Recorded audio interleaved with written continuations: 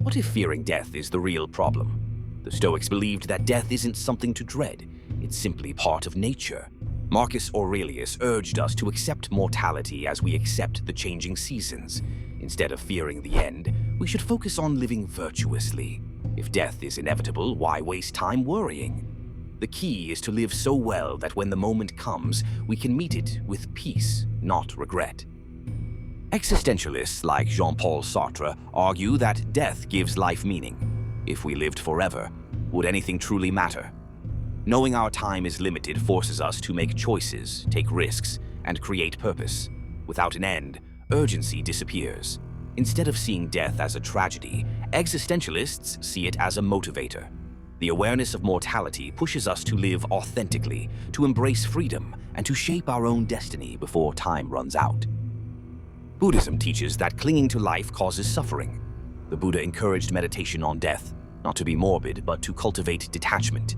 If we accept impermanence, we free ourselves from fear. Tibetan monks even meditate in graveyards to confront mortality directly. The lesson? Life is fleeting, and resisting this truth only brings pain. Instead of fearing death, we should focus on being present, appreciating each moment as it comes, and letting go of attachment. What if death isn't the end? Many cultures believe in an afterlife, reincarnation, or spiritual continuation. Ancient Egyptians built pyramids to prepare for eternity, while Hindus see death as a transition to another life. Even modern science explores consciousness beyond the brain. Whether or not an afterlife exists, these beliefs shape how people live. If you believed in reincarnation, would you live differently? If death is a doorway, not an end, how would that change your perspective? So, how should we approach our mortality?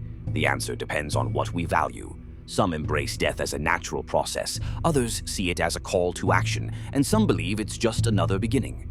But one thing is certain, ignoring it won't make it disappear. Instead of fearing death, we should use it as a guide to live fully, love deeply, and leave behind something meaningful. After all, isn't that what truly matters?